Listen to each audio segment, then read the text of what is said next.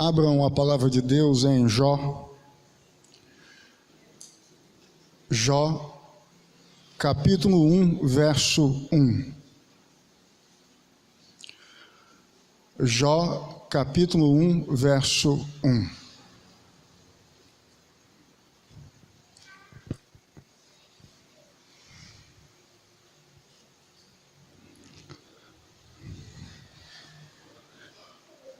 Havia um homem na terra de Uz, cujo nome era Jó, homem íntegro e reto, temente a Deus e que se desviava do mal. A nossa mensagem hoje é expositiva biográfica. Nós vamos fazer uma exposição acerca da biografia de Jó, nesta mensagem. Pai amado, Deus Santo, nós te exaltamos. Nós bendizemos o teu santo nome. Reconhecemos que tu és Deus, o nosso Senhor. Portanto, nós nos curvamos diante do Senhor e pedimos, meu Deus, que tu venhas com poder trazer a cada um de nós palavras de vida eterna, palavras que venham confortar nossa alma, apaziguar o nosso coração, em o nome de Jesus, nosso Deus Redentor. Amém. O tema é Jó, uma biografia de perdas e restituições. Como disse há pouco, é uma mensagem expositiva biográfica. Daí a razão do tema. Jó, uma biografia de perdas e restituições. À guisa de introdução, nós temos que destacar que a razão de meditarmos na biografia de Jó é a vigência das perdas que causam dor em nossa existência, e por conseguinte as indagações que passam a tomar conta de nós, indagações como: por que, Senhor, comigo? Por que, Senhor, eu? Onde eu errei? Qual é o meu pecado? Por que a minha existência tornou-se tão amarga, tão difícil? Porque eu tenho passado por maus momentos na vida. No que diz respeito à fundamentação do tema, Jó, uma biografia de perdas e restituições, nós podemos desde já destacar que o mesmo está fundado no capítulo 1, dos versos 13 a 22, e no capítulo 2, que expõe as perdas de Jó, e também no capítulo 42, dos versos 10 a 17, que expõe a restituição do que havia sido perdido por Jó. Assim sendo, inicialmente cabe-nos fazer algumas perguntas acerca da biografia de Jó, a saber, quem foi Jó? De acordo com João Calvino, um descendente de Esaú, assim sendo um edomita. E com base em que João Calvino faz tal afirmação?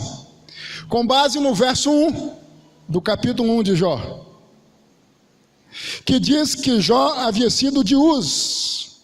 Uz, de acordo com Calvino, é a mesma palavra para indicar uma parte de Edom, que está lá em Jeremias, capítulo 42, verso 21. Deste modo, um homem de uma ascendência amaldiçoada por Deus.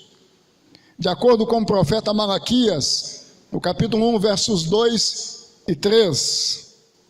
Nós sabemos que a descendência de Esaú foi amaldiçoada por Deus. Jó é um descendente de Esaú.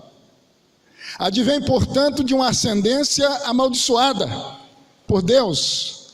Mas diz o texto no verso 1 do capítulo 1 que Jó foi um homem temente a Deus, fiel a Deus.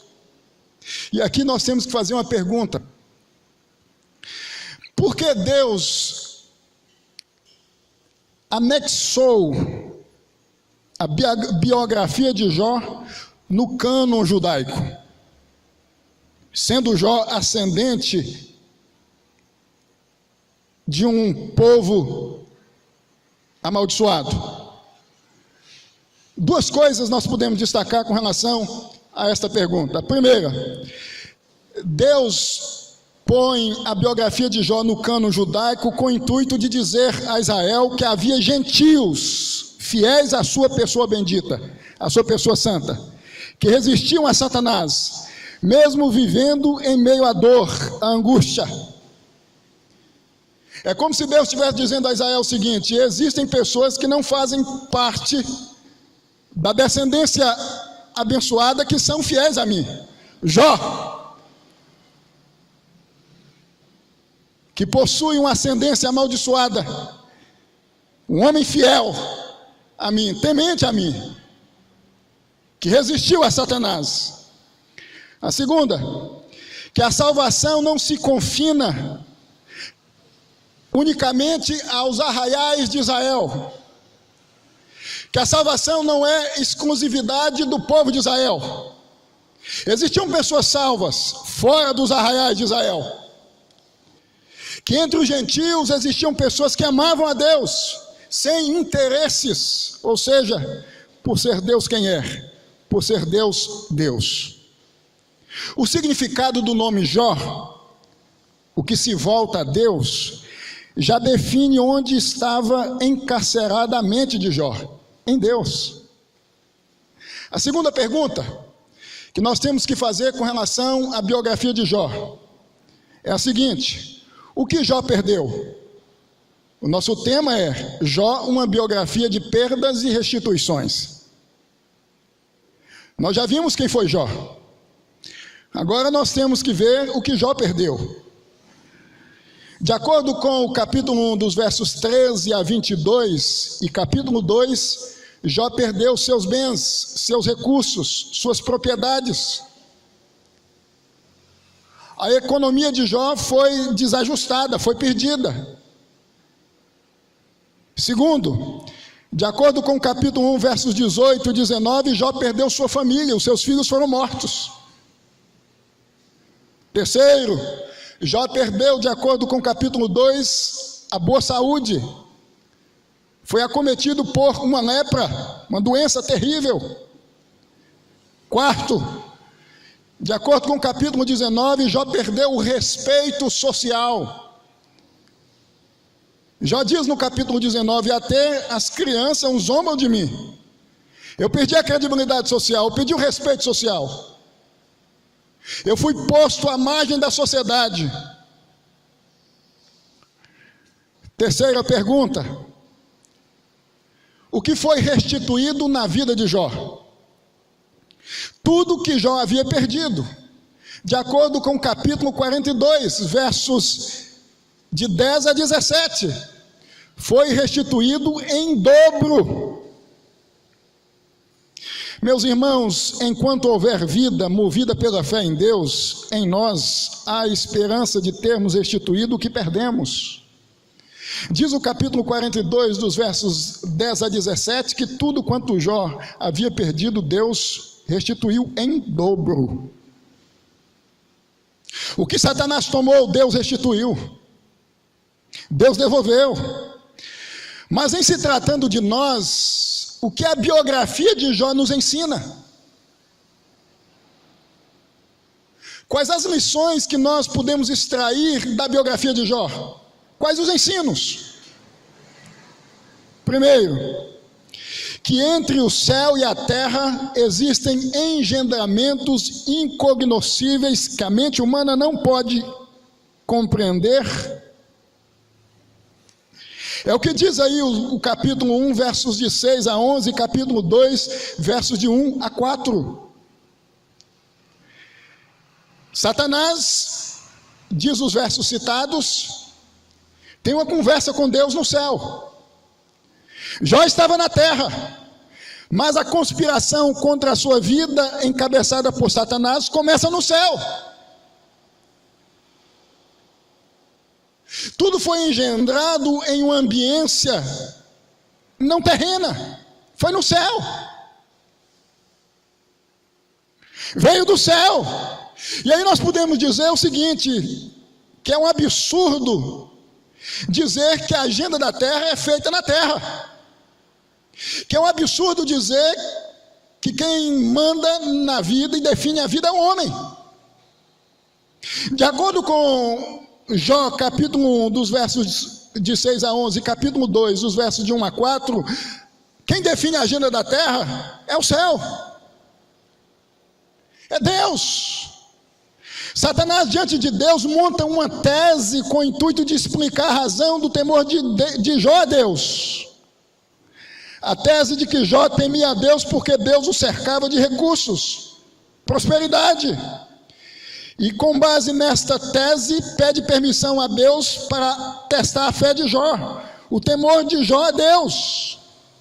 Quando eu digo que entre o céu e a terra existem engendramentos incognizamente humanos, estou fundado na falta de conhecimento dos amigos de Jó do que havia acontecido no céu com relação à pessoa de Jó.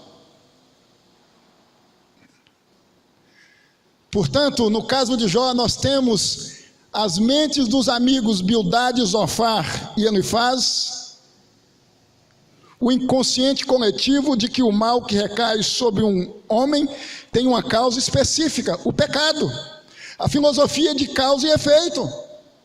Na percepção, na perspectiva dos amigos de Jó, o que estava acontecendo com Jó tinha uma causa, o pecado. Assim sendo, os amigos de Jó haviam entendido que Jó havia pecado contra Deus. E por isso, Jó estava vivendo uma existencialidade amarga, difícil, complicada. Há uma espécie de concepção mítica nórdica ou helênica acerca da vida. O homem vai de mal a pior porque o homem pecou contra os deuses. É o que ensinou a mitologia e ensina. Os amigos de Jó estavam fundados nesta filosofia de causa e efeito. E por isso estavam dizendo: Jó, você está vivendo assim porque você pecou contra Deus. Mas nós podemos dizer que os amigos de Jó não imaginavam, não conseguiam conceber que tudo quanto estava acontecendo com Jó havia sido engendrado no céu. Existe um abismo, existe um ocultismo entre o céu e a terra que a mente humana desconhece. Na verdade, que a mente humana não tem condições de entender. O céu e a terra estão conectados, pois a terra não sobrevive sem o céu. A agenda da terra, como disse, está no céu e não na terra. Deus é o autor da agenda da terra e não os homens. Nem tudo que acontece na minha vida, meu irmão, e na sua vida, tem uma causa imediata.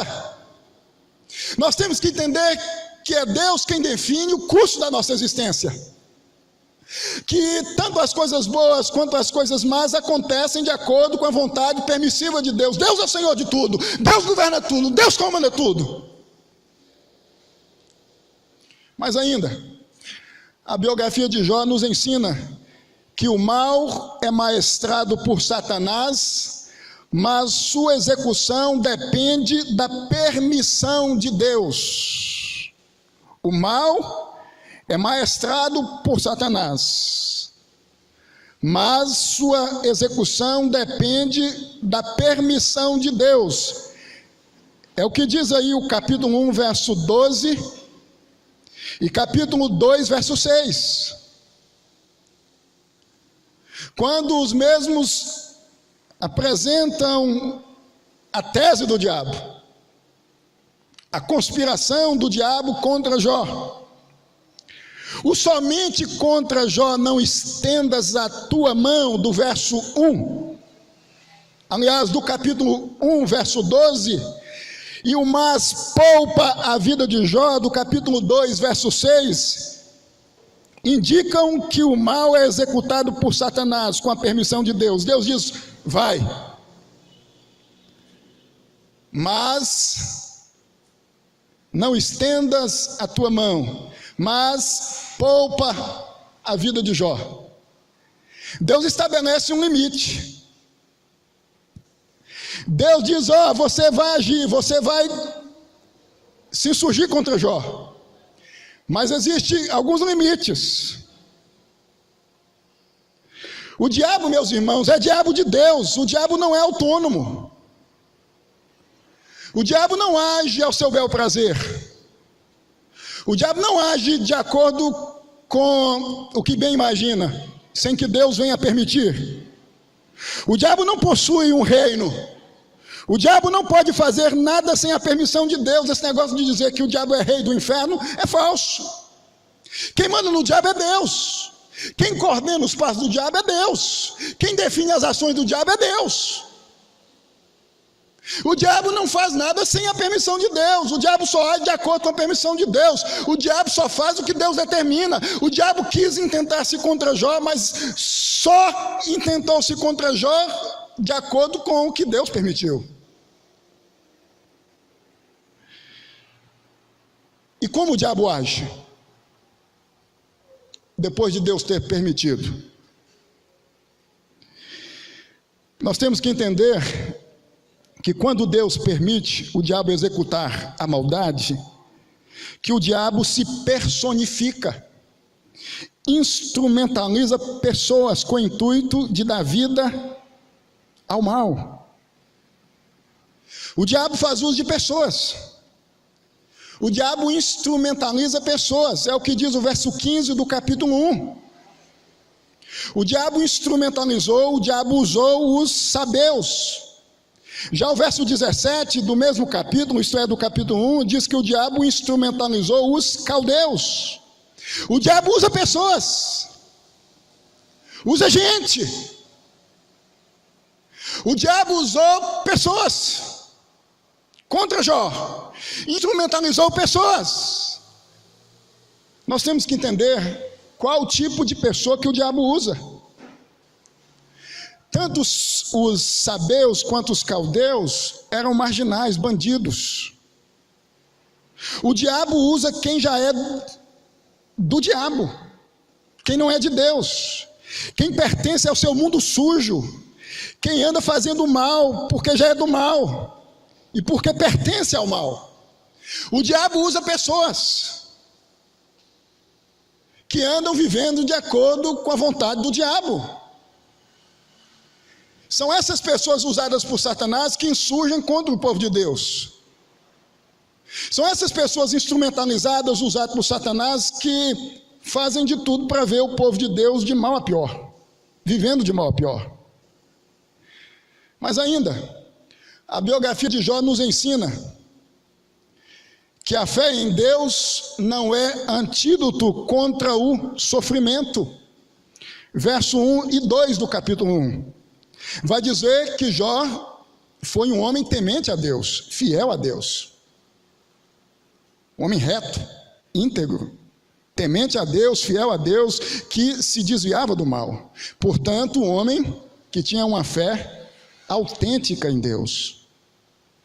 E foi esse homem que tornou-se vítima de fatos terríveis, de circunstâncias terríveis, dos desejos malignos do diabo. Fé em Deus não é antídoto contra o sofrimento.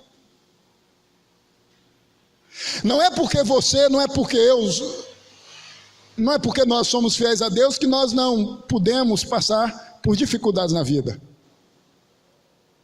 Assim como Jó, que viveu desviando-se do mal, que tinha uma vida reta, um homem íntegro diante de Deus, tornou-se objeto das conspirações de Satanás, nós podemos nos tornar.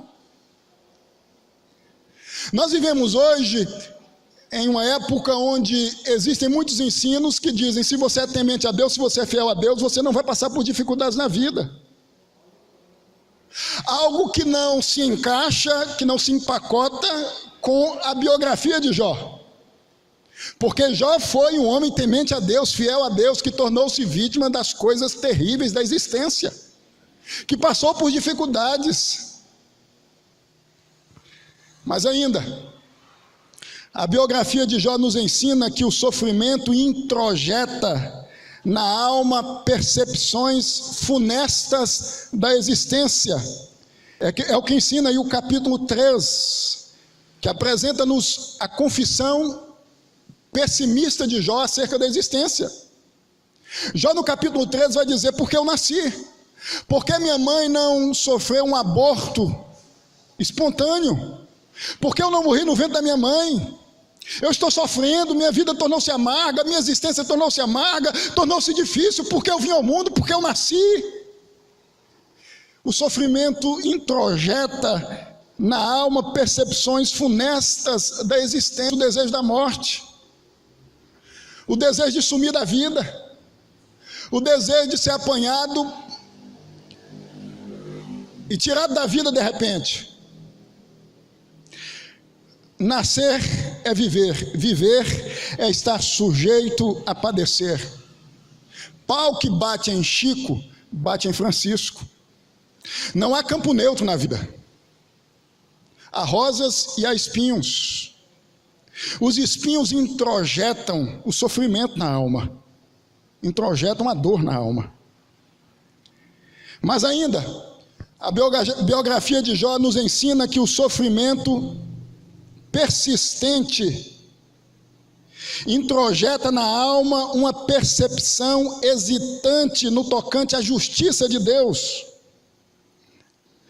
Jó, ao defender-se contra a má teologia de Elifaz, Bildade e Zofar, disse coisas sobre Deus que não eram verdadeiras, pois Jó começou a insistir em sua própria justiça em detrimento da justiça de Deus. Por exemplo, no capítulo 13, versos 23 e 24, Jó disse: quantas culpas e pecados tenho eu? Notifica-me a minha transgressão e o meu pecado. Porque escondes o teu rosto e me tens por teu inimigo? Em Jó 13, versos 23 e 24, Jó só conseguia pensar que Deus estava ignorando a sua fidelidade e tratando-o como inimigo.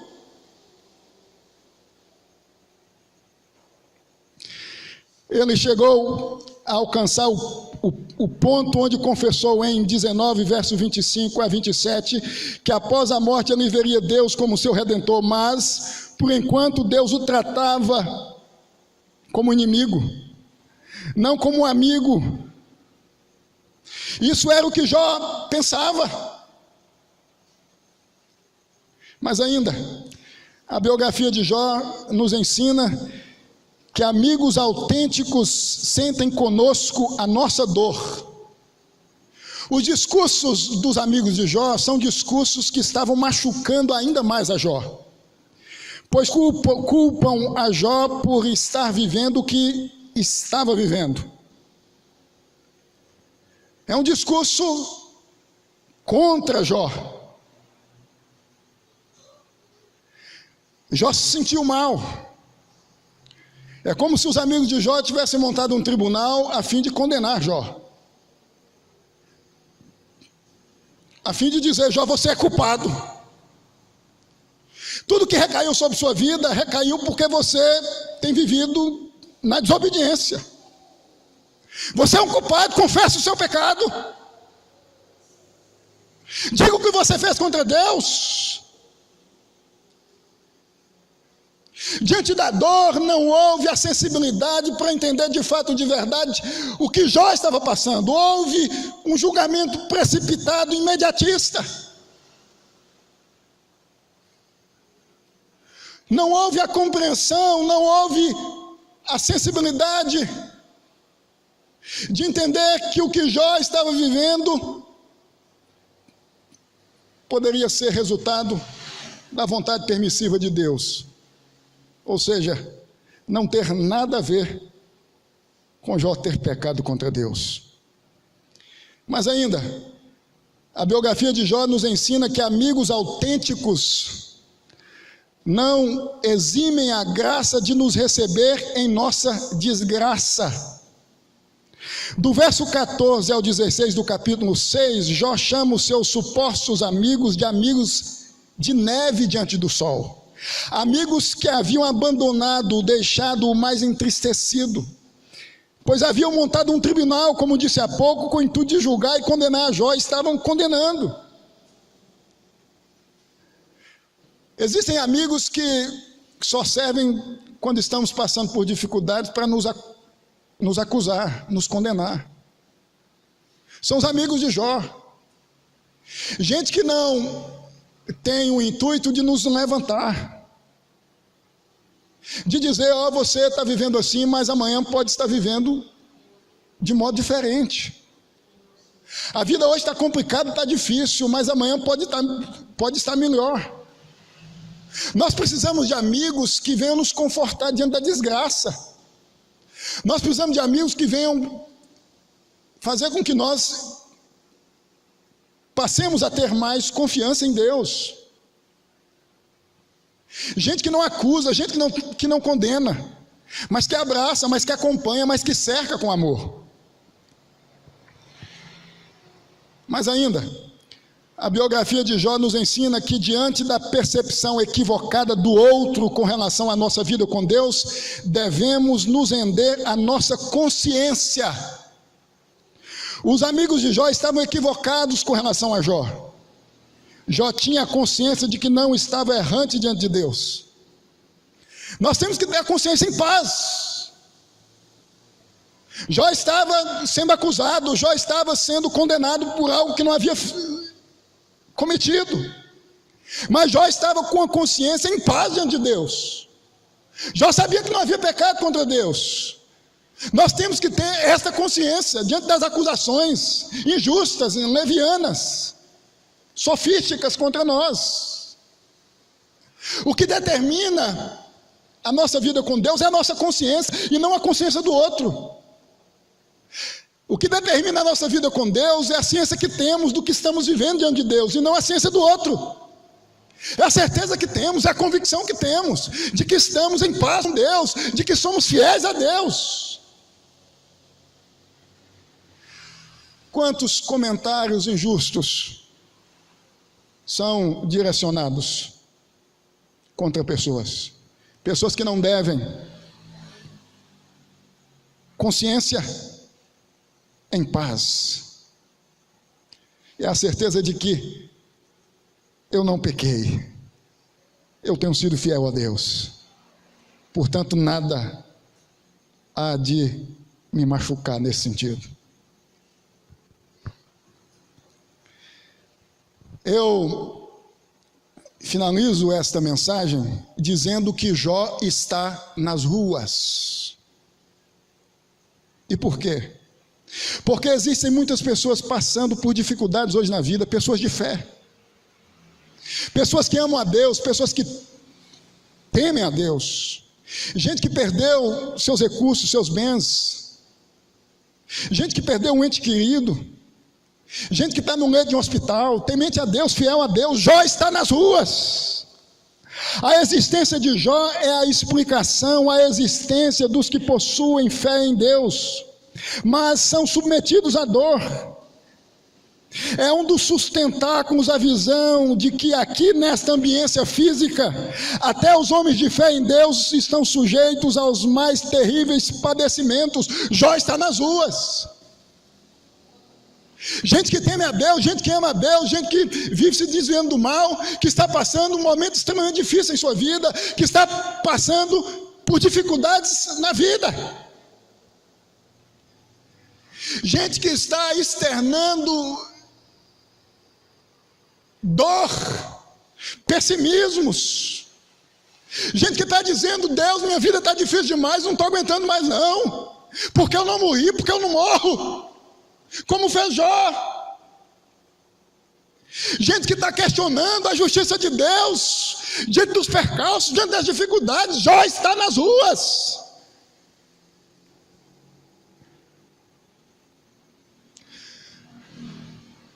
Nós temos que entender, meus irmãos,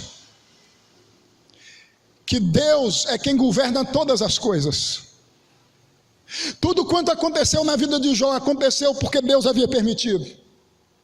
E aqui eu digo, descanse. O que está acontecendo na sua vida não é resultado do acaso. Talvez você não saiba, mas é certo que tudo quanto está acontecendo na sua vida está acontecendo porque Deus tem permitido. Se volte a Deus, descanse em Deus, entenda que Deus é o Senhor de tudo, que Deus é o Senhor da história, da sua existência. É Deus quem conforta, é Deus quem anima, é Deus quem faz com que o homem venha se restabelecer na vida. O capítulo 42 diz, como disse no início, que tudo quanto Jó havia perdido foi restituído em dobro. Deus restituiu, Deus reverteu, Deus reverte, Deus muda. Nós temos que confiar em Deus, nós não temos que nos apoiar nos comentários alheios acerca da nossa vida com Deus, acerca da nossa fé com Deus. Nós temos que ter convicção acerca da nossa vivência com Deus, da nossa fé com Deus. Nós temos que ter convicção que Deus é quem manda, que Deus é quem governa, e nós temos que viver de acordo com esta fé, certos de que Deus é Deus, certos de que Deus é quem faz, certos de que Deus intervém na nossa existência, mudando, transformando os maus momentos em bons momentos, e que os maus momentos surgem em nossa vida porque Deus permite. Deus sabe o porquê, Deus sabe a razão. A mente humana nunca vai conseguir entender a mente de Deus. Não existem respostas para as muitas perguntas. Diante de alguns fatos, de alguns acontecimentos, nós temos que nos calar e pormos o nosso coração e a nossa fé unicamente em Deus. Abaixe sua cabeça. Se coloque diante de Deus em nome de Jesus. Peça a Deus, meu irmão e minha irmã, para confortar o seu coração. Deus confortou o coração de Jó. Deus encheu o coração de Jó de esperança, porque Jó disse: eu sei que o meu Redentor vive. Antes eu o conhecia só por meio das conversas que tive com o meu Redentor, ou seja, por meio das palavras. Hoje eu conheço, porque hoje eu experimentei. Hoje eu o vivi. Eu sei quem é Deus. É o meu Salvador, é o meu Senhor.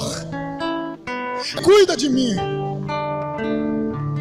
Põe a sua vida diante de Deus em nome de Jesus. Pai amado, Deus Santo, nós te exaltamos. Nós te bendizemos, meu Pai. Uma mensagem curta, mas objetiva, onde podemos extrair lições extremamente importantes para a nossa vida. A biografia de Jó nos ensina tantas coisas, principalmente que quem governa é o Senhor, que tu és o Senhor do céu e da terra, é o Senhor quem manda. Nós precisamos ter esta fé, esta convicção. Ó Deus, nós descansamos no Senhor, em nome de Jesus, nosso Deus Redentor. Nós nos apoiamos no Senhor, nós recorremos ao Senhor, nós cremos no Senhor. Nós descansamos no Senhor. Pomos a nossa fé no Senhor, em nome de Jesus, nosso Deus Redentor. Amém. Amém.